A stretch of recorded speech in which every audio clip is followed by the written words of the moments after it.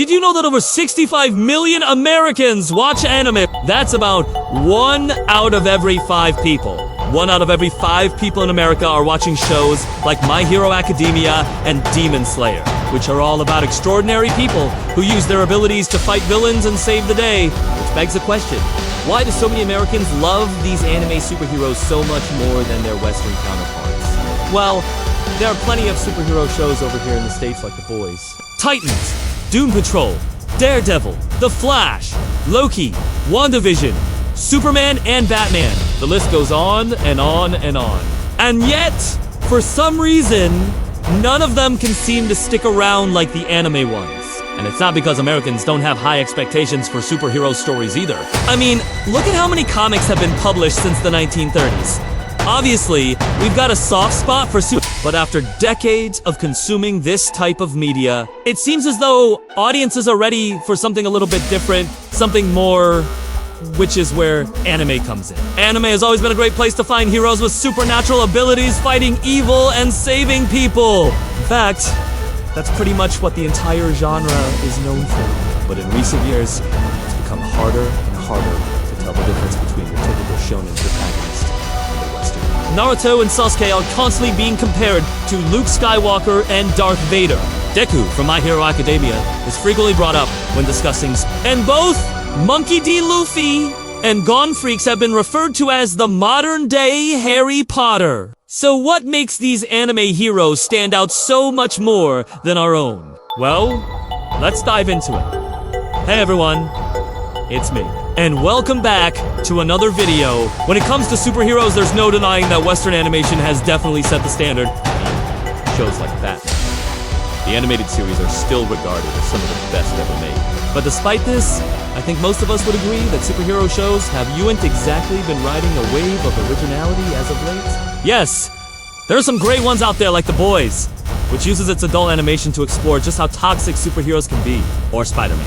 Into the Spider-Verse, which took a huge risk by introducing multiple characters with multiple storylines only to make it work brilliantly.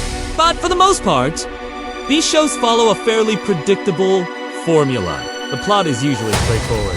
The action is fast-paced. And there's hardly any focus on developing the world in which the characters exist. But anime does things differently.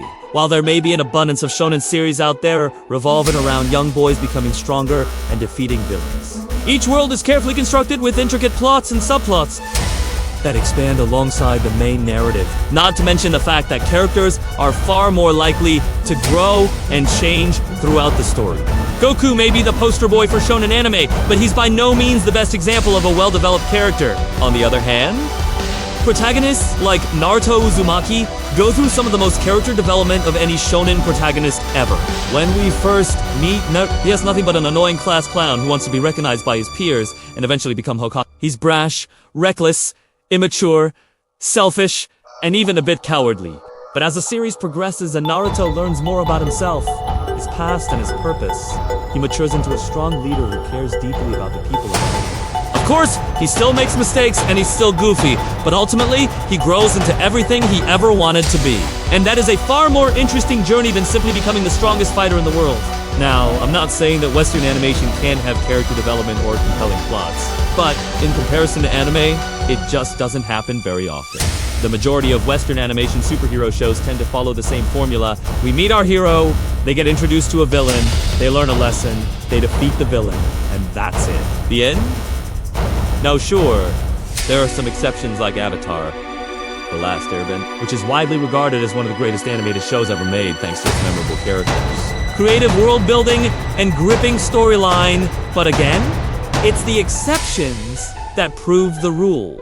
This is why America needs anime-inspired They can bring more depth and complexity to stories without sacrificing the action and adventure that we love so much. Anime also excels when it comes to power systems. Don't get me wrong, I love superpowers. There is something really fun about seeing someone lift a car over their head or fly around the city. But sometimes it can be hard to suspend our disbelief when the power levels just do UNC realistic. A great example of this is Superman.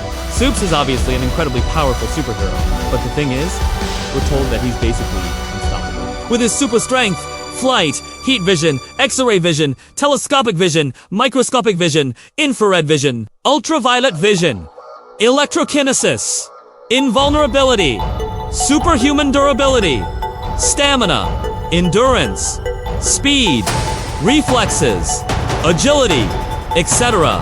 etc. He can pretty much win any fight against anyone in seconds, which makes it difficult to feel invested in the outcome of any battle he's involved in. I mean, come on, the guy can shoot lasers out of his arms. In contrast, anime tends to go into much greater detail when explaining the strengths and weaknesses of a power system.